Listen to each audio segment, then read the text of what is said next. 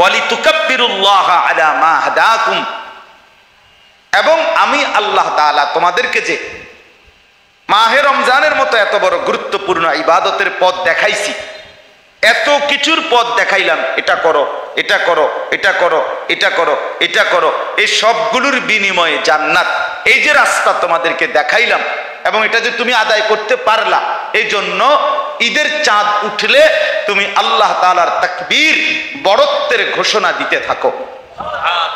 এই জন্য ঈদুল ফিতরের দিন আল্লাহু আকবার, আল্লাহু আকবার, লা ইলাহা ইল্লাল্লাহু ওয়াল্লাহু আকবার, আল্লাহু আকবার ওয়ালিল্লাহিল হামদ, এটা বলা কি সুন্নাত।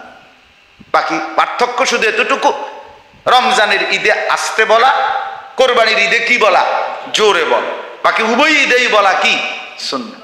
এই যে ওয়ালিতুকাব্বিরুল্লাহ, তাকবীর বলো, আলা মা হাদাকুম, আমি যে তোমাদেরকে হেদায়েত দিছি, কল্যাণের রাস্তা দেখাইছি, জান্নাতের পথ দেখাইছি, এক মাসেই যে তোমাকে জান্নাত দিতে চাচ্ছি, এক মাসেই যে তোমাকে মুত্তাকি বানাতে চাচ্ছি, এই জন্য। আর এরপরে আল্লাহ, এই যেটা আমি যেই উদ্দেশ্যে বলতেছিলাম, এরপরে আল্লাহ তাআলা সরাসরি বললেন ওয়ালাআল্লাকুম তাশকুরুন। কেন রমজান দিলাম? একে তো চাচ্ছি তুমি মুত্তাকি হবে, দ্বিতীয়ত চাচ্ছি ওয়ালাআল্লাকুম তাশকুরুন, তোমরা যেন আল্লাহ তাআলার শুকর আদায় করতে পারো। কি আদায় করতে পারো? এই আমি এখন আর একটু সময় আপনাদের কাছে এই দুই শব্দ নিয়েই কথা কইতে চাই। একটা হলো লাআল্লাকুম তাত্তাকুন, আরেকটা হলো লাআল্লাকুম তাশকুরুন। এই দুইটাই কইতে চাই। এই কথাটা বলার জন্যই ভূমিকা কইলাম। তাহলে বলেন কি বলবো ইনশাআল্লাহ? এক নাম্বার হলো লাআল্লাকুম তাত্তাকুনের কি হালাত সেটা বলেন। দুই নাম্বার হলো লাআল্লাকুম তাশকুরুন। আল্লাহ তাআলা বলছেন আমি চাচ্ছি এটা, এই দুইটা জিনিস।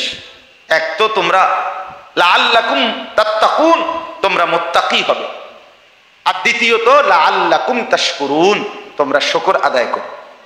বলেন তাহলে এক নম্বরে কি বলেন? রমজান থেকে টার্গেট এক নম্বর কি?